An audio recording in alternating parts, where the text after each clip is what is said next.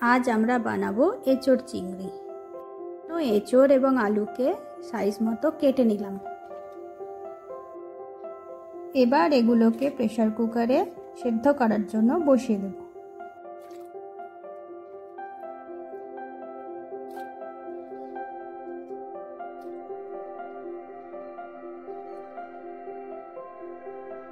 এঁচোড় আলু সেদ্ধ হতে হতে ততক্ষণে আমরা চিংড়ি মাছগুলো বেছে নিলাম।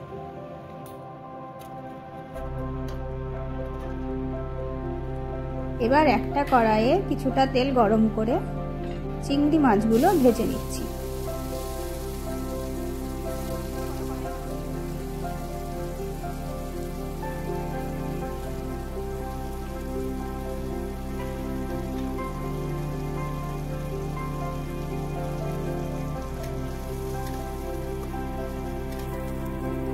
চিংড়ি মাছগুলো ভাজা ভাজা হয়ে গেছে। এবারে এটাকে আমরা একটা বাটিতে তুলে নেব।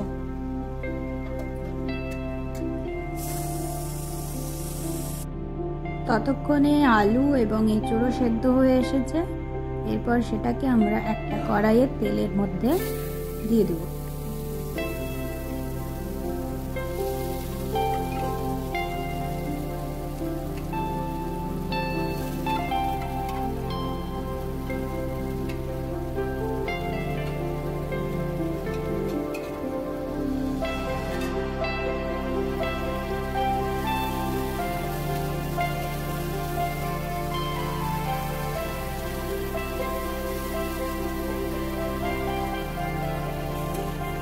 অল্প একটু তেলে নেড়ে চেড়ে নামিয়ে নেব।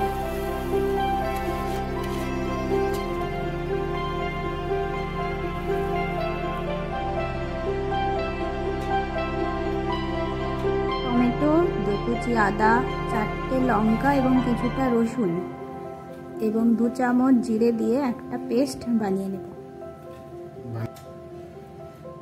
আবার কড়াইয়ে কিছুটা পরিমাণ মতো তেল দিয়ে তাতে শুকনো লঙ্কা, জিরে এবং তেজপাতা দিয়ে দিলাম এবং তারপর ওই বানিয়ে রাখা পেস্টটা দিয়ে দিলাম।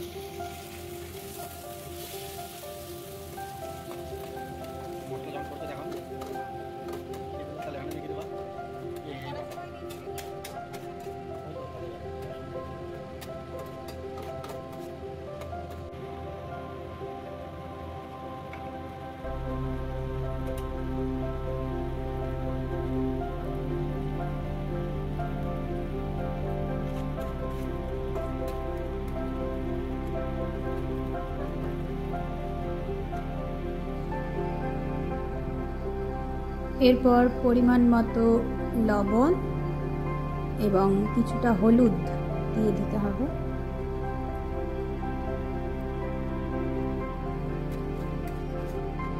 এরপর আবার নাড়িয়ে নিতে হবে। রাখা আলু এবং এঁচোড়টা দিয়ে দিতে হবে।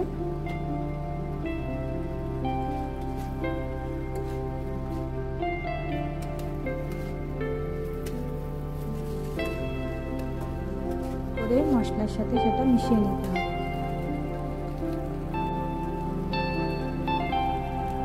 চিংড়ি মাছ ভাজাগুলো তার মধ্যে অ্যাড করতে হবে।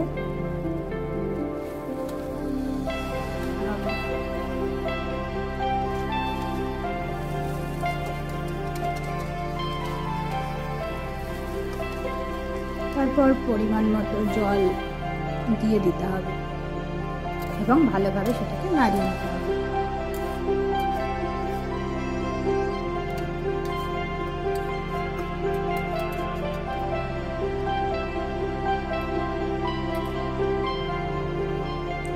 এটাকে আমরা কিছুক্ষণ ফোটার জন্য ঢেকে রাখবো।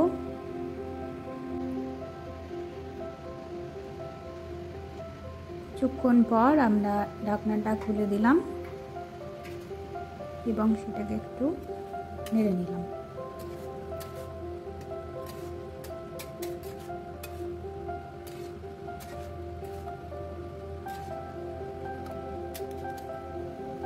তো নামিয়ে নেওয়ার আগে আমরা তাতে কিছুটা গরম মশলার গুঁড়ো যোগ করলাম।